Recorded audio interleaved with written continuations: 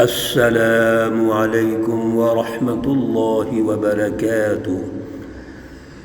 اعوذ باللہ من الشیطان الرجیم، بسم اللہ الرحمن الرحیم۔ قل انزلہ الذی يعلم السر في السماوات والأرض إنه كان غفورا رحيما۔ صدق الله العلي العظيم۔ اللهم صل على سيدنا ومولانا محمد النبي الأمي وعلى آله وأصحابه وبارك وسلم وصل علیہ۔ معزز سامعین و سامعات، پارہ نمبر 18 سورۃ الفرقان، آیات مقدسہ نمبر 6 اور 7 ہیں۔ اللہ رب العزت سے گزارش ہے اللہ ان آیات کا فہم اور شعور عطا فرمائیں اور عمل کی توفیق اور صلاحیت عطا فرمائیں۔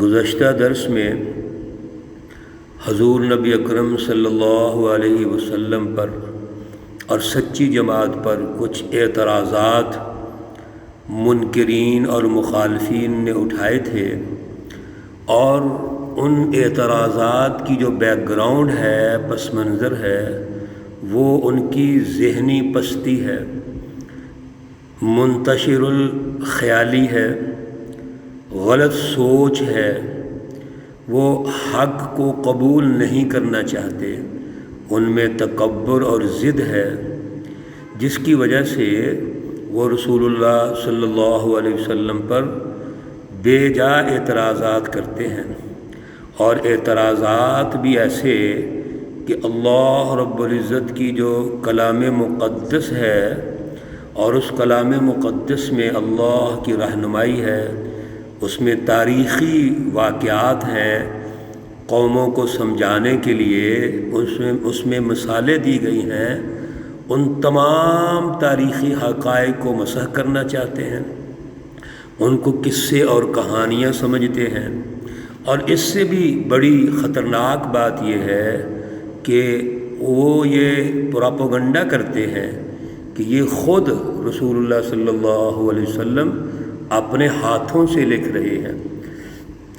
ان کا صبح اور شام بکرتم و اصیلا ایک ہی کام ہے کہ قصے کہانیاں لکھے جائیں، ان کو عوام پر، قوم پر، لوگوں پر پیش کیا جائے، لوگوں کو گمراہ کیا جائے۔ یعنی اللہ کے سچے جو نمائندے ہیں رسول اللہ صلی اللہ علیہ وسلم، ان کو جھٹلاتے ہیں، تکذیب کرتے ہیں، مذاق اڑاتے ہیں۔ کتنا غلط ان کا یہ پروپیگنڈا ہے، جس کے پیچھے ان کی ایک منفی سوچ موجود ہے۔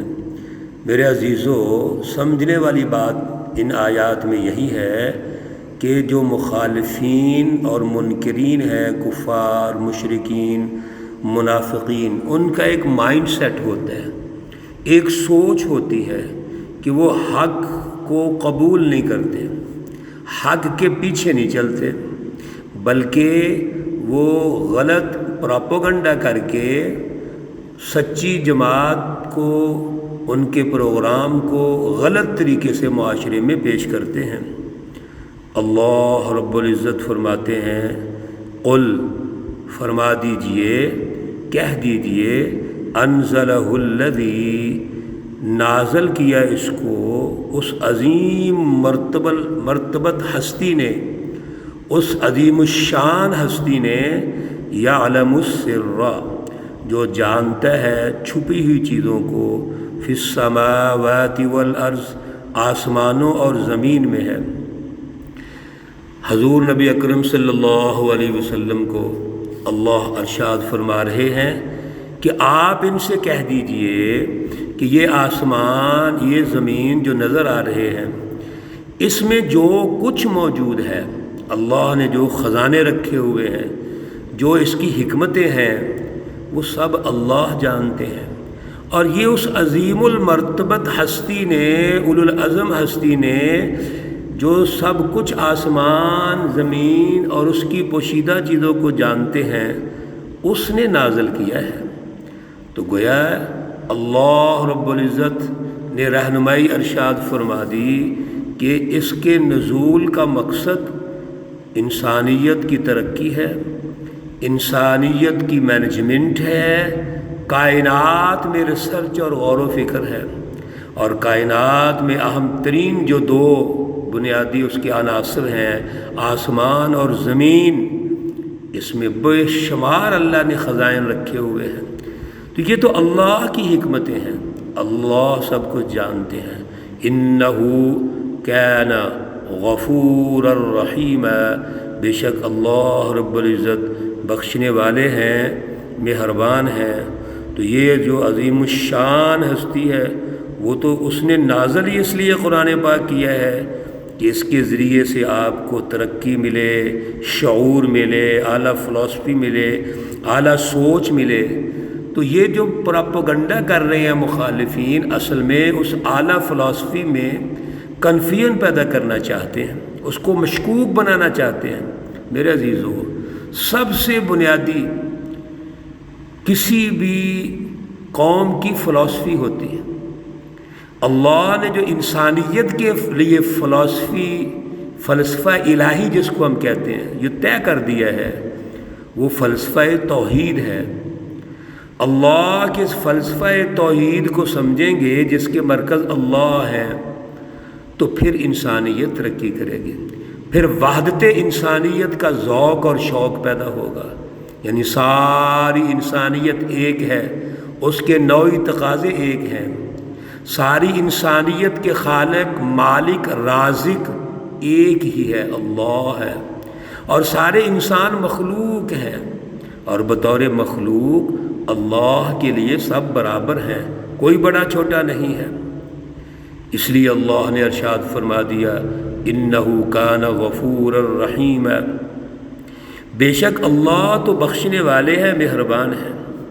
وقالوا، اور کہنے لگے، مالی ھذا الرسول، یہ کیسا رسول ہے، یأکل الطعام، جو کھانا کھاتا ہے، ویمشی فی الاسواق، اور بازاروں میں چلتا پھرتا بھی ہے، لولا انزل الیہ ملک، کیوں نہیں اتارا گیا اس کے ساتھ کوئی فرشتہ، فیکون معہ نذیرا، کہ وہ ان کے ساتھ رہتا، نذیرا، اور لوگوں کو ڈراتا رہتا۔ یہ ان کے مزید اعتراضات۔ پہلا اعتراض کیا ہے کہ یہ جو رسول ہیں یہ کیسے ہیں؟ ان کے دعوے کے مطابق رسول کی جو خصوصیات ہونی چاہیے، جو اللہ کا نمائندہ ہے، اللہ نے جس کو بھیجا ہے، اس کی جو خصوصیات ہونی چاہیے وہ اس میں نہیں ہیں۔ مثلا اس کی خصوصیت کیا ہونی چاہیے کہ وہ کو فرشتہ ہونا چاہیے، وہ کھانا پینے کا جتنا بھی سسٹم ہے وہ تو اس سے مبرہ ہونا چاہیے، پاک ہونا چاہیے۔ اسی طرح ان کے خیال میں یہ ہے کہ اس کو بازاروں میں چلنے پھرنے کی ضرورت ہی نہیں ہے، کاروبار کرنے کی ضرورت نہیں ہے، یہ تو دنیا ہے۔ پھر ان کے خیال میں اگر چلیں یہ رسول بھی ہے تو ان کے ساتھ کوئی فرشتوں کو ہونا چاہیے، یہ عام آدمی کی طرح چلتے ہیں پھرتے ہیں اٹھتے بیٹھتے ہیں، اور ایک کمزور طبقہ سوسائٹی کا وہ اس کے ساتھ ہے۔ تو یہ کیا ہے؟ ایسا رسول تو نہیں ہونا چاہیے۔ میرے عزیزو، اس آیت مقدسہ سے ہمیں بہت اہم رہنمائی اللہ نے ارشاد فرما دی۔ پہلی رہنمائی تو یہ ہے کہ کوئی بھی رسول دنیا میں اسی قوم سے آیا ہے۔ پیچھے بھی ہم نے انبیاء علیہ السلام کی تاریخ سے یہ تربیت حاصل کی تھی کہ کوئی بھی رسول امپورٹڈ نہیں ہے، باہر سے نہیں آیا، یعنی کسی اور قوم سے آیا ہو یا اور مخلوق سے آ گیا ہو، نہیں، بلکہ اسی قوم سے ہے۔ پھر اللہ نے فرمایا کہ وہ بشر ہے، یعنی آپ انسانوں میں سے ہے۔ پھر وہ اس کا کھانا پینا، رہن سہن، معاشرتی اس کی جتنی بھی مہارتیں ہیں، صلاحیتیں ہیں، تمام کی تمام معاشرے کے اندر رہ کے موجود ہیں۔ جس طرح دیگر لوگ رہتے ہیں، اٹھتے کھاتے پیتے، اسی طرح وہ بھی عام آدمی کی طرح کھاتے پیتے ہیں۔ اسی طرح وہ کاروباری زندگی کے لیے بازار میں بھی جاتے ہیں۔ وَيَمْشِي فِي الْأَسْوَاقِ، وہ بازاروں میں چلتے پھرتے بھی ہیں۔ یعنی دیگر انسان جس طرح اپنی ضروریات زندگی وہ بازار سے لیتے ہیں، وہ بھی اپنی ضروریات زندگی بازار سے پوری کرتے ہیں۔ گویا بازار مرکز ہے معاشرے کا، تو وہ معاشرے کا حصہ ہے۔ اور تیسری اہم بات یہ ہے کہ اللہ کے کسی رسول کے ساتھ بھی اللہ نے بطور باڈی گارڈ، بطور سیکورٹی گارڈ کوئی فرشتہ ان کے ساتھ مقرر نہیں کیا، بلکہ جب وہ دعوت کے لیے نکلتے ہیں تو اکیلے نکلتے ہیں، جب اللہ کے حکم سے دین کے غلبے کے لیے جہاد کرتے ہیں تو اپنی سچی جماعت کے ساتھ جاتے ہیں۔ ہاں، یہ اللہ رب العزت کی برکات اور رحمتیں ہیں، جہاں فرشتوں کو نازل کرنا ہے، ضرورت ہے، اللہ رب العزت نے نازل بھی فرمائے ہیں۔ لیکن یہ سسٹم کا حصہ نہیں ہے، یہ کوئی دعوت کا حصہ نہیں ہے، نہ کہ رسول صلی اللہ علیہ وسلم کی اس جماعت کا حصہ ہے کہ ایک فرشتہ ساتھ مقرر کر دیا گیا ہے، اگر کوئی تکلیف پہنچائے تو فرشتہ اس کو پکڑ لے۔ ہمیں جو رہنمائی یہاں اللہ نے ارشاد فرما دی کہ رسول جتنے بھی ہیں، اور خود رسول اللہ صلی اللہ علیہ وسلم مکۃ المکرمہ میں پیدا ہوئے، اسی قوم میں آپ اپنا بچپن، لڑکپن، جوانی گزارتے ہیں، اور بے داغ آپ نے جوانی گزاری۔ آپ صلی اللہ علیہ وسلم نے جب دعوت کا آغاز کیا تو اپنے معاشرے میں رہن سہن کو پیش کیا۔ آپ صلی اللہ علیہ وسلم نے اعلان فرمایا، کوہ صفا پر جب پہلی دعوت آپ نے پیش کی ہے تو فرمایا کہ مجھے جانتے ہو میں کون ہوں؟ سب نے کہا بیک زبان ہو کر ہم جانتے ہیں۔ آپ نے اپنا کریکٹر پیش کیا، کردار پیش کیا کہ مجھے 40 سال آپ میں رہتے ہوئے ہو گئے ہیں، کسی حوالے سے میرے اوپر اعتراض ہے، کوئی میرے رہن سہن پر اعتراض ہے، میری جوانی بے داغ گزری ہے، کسی کو شک اور شبہ ہو۔ اس کے علاوہ جتنے بھی میرے رہن سہن اور معاملات ہیں، کسی پر اعتراض ہو، سب نے کہا آپ تو الصادق ہیں، الامین ہیں۔ الصادق ایسا سچا، ساری دنیا گواہی دے، الامین ایسا امانتدار، ساری دنیا امانتیں رکھی ہیں آپ کے پاس۔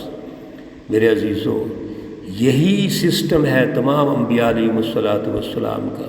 اور یاد رکھیے، آج کے دور میں بھی سچا لیڈر وہی ہوگا جو رسول اللہ صلی اللہ علیہ وسلم کے اسوہ حسنہ پہ چلے گا، اور عوام کے اندر رہ کر، عوام کے مسائل کو سمجھتے ہوئے، عوام کی خدمت کے جذبے سے اپنا سب کچھ قربان کر دے، وہ سچا لیڈر ہوتا ہے۔ آج نبی نہیں آئیں گے، لیکن نبی علیہ الصلوۃ والسلام کا مشن جاری رہے گا۔